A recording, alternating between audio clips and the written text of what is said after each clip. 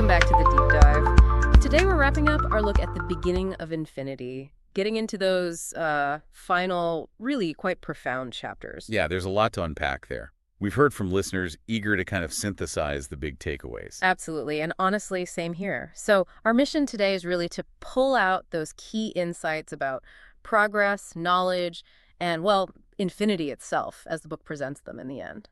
Okay, so where do we start? A big one near the end is this strong pushback against the idea that we're nearly there. Right. Whether that's, a pessimistic, we've hit the limits view, or even a more cheerful, we'll know everything soon view, the book rejects both.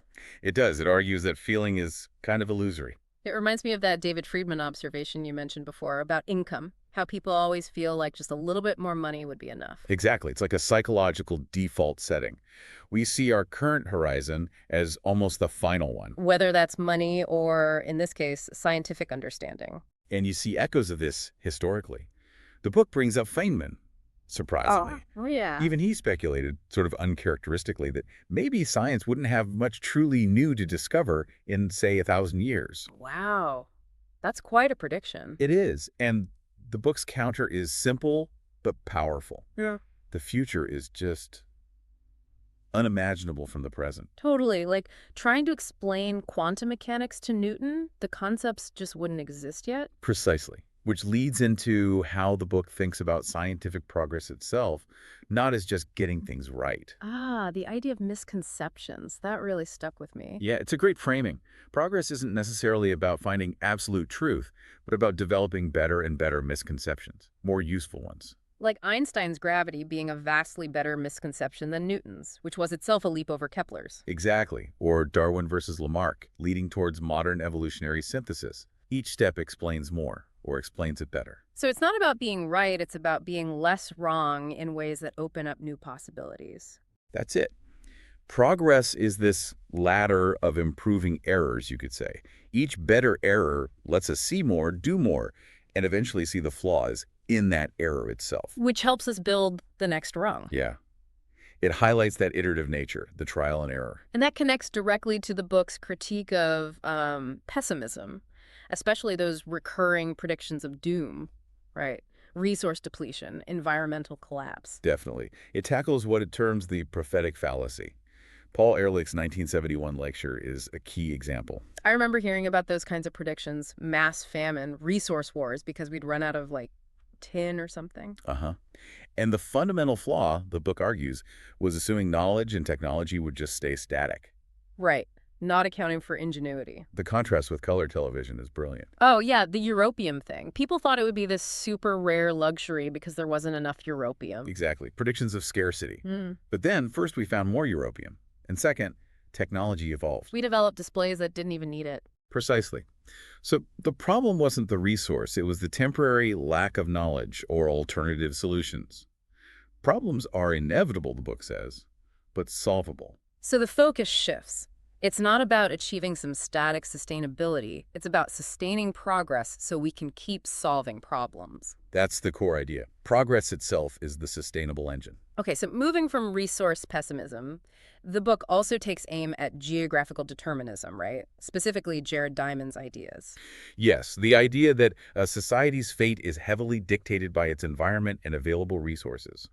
The book uses the llama as a counterexample. The llamas in the Andes, how they didn't really spread across South America, supposedly holding back development elsewhere. Right, but the book argues it wasn't just the geography, the hot lowlands or whatever.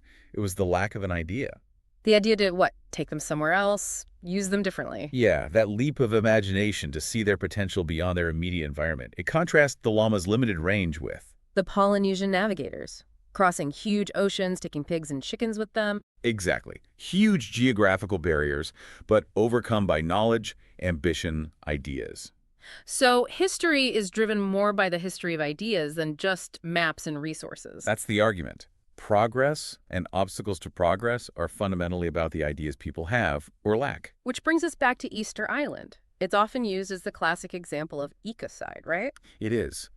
But the book suggests it's maybe more a story of stagnation, a failure to solve problems, which included deforestation but wasn't limited to it. The problem wasn't just cutting down trees, but the lack of new ideas, the inability to adapt their culture. Kind of. Maintaining that static, statue-focused society might have been inherently unsustainable on that island. The tragedy was perhaps the centuries of cultural stasis before the collapse. Wow. Okay. Then the book shifts gears pretty dramatically into anthropic reasoning and the multiverse. That stuff gets wild. It really does. The book is quite skeptical of using anthropic reasoning, the idea that the universe must have life-permitting laws because, well, here we are observing it. Like the puddle thinking the hole was made perfectly for it? Exactly that analogy. It seems plausible, but is it a real explanation? The book uses thought experiments to poke holes in this probabilistic thinking. Like the quantum suicide idea. Yeah, that one's unsettling. And the simulation argument, the possibility we're living inside a computer simulation. That one keeps philosophers busy, doesn't it? The book uses these to question if observing our universe really tells us much about the probability of other kinds of universes. And it touches on the moral side, too. If we could run simulations with conscious beings, should we? Right. Deep waters there. And there's also the doomsday argument, briefly, trying to calculate the end of humanity based on our position in the sequence of all humans ever. Which also relies on some pretty big assumptions about probability and our own significance. Very much so. The overall point seems to be demand good explanations, don't just settle for probabilistic just-so stories, however neat they sound. Critical thinking above all. Okay, so then, looking forward, the singularity. Ah, yes, the idea of this sudden, maybe uncontrollable takeoff of AI or technology. The point where innovation outpaces our ability to cope. But the book is more optimistic, isn't it? It suggests our capacity to cope with change tends to grow alongside the pace of change itself. It's not necessarily this cliff edge we fall off. And it mentions Robin Hanson's idea of multiple singularities already having happened. Right. The agricultural revolution, the industrial revolution, maybe even the Enlightenment. Huge shifts, but humanity adapted, integrated the changes. It's not the first time we've faced rapid transformation. Exactly.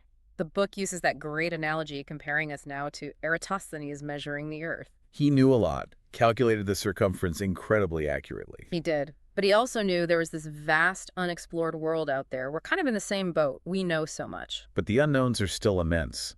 True AI, consciousness, the full reach of genetics. Yeah, the list goes on, which leads beautifully into the final central theme. The beginning of infinity. That's it.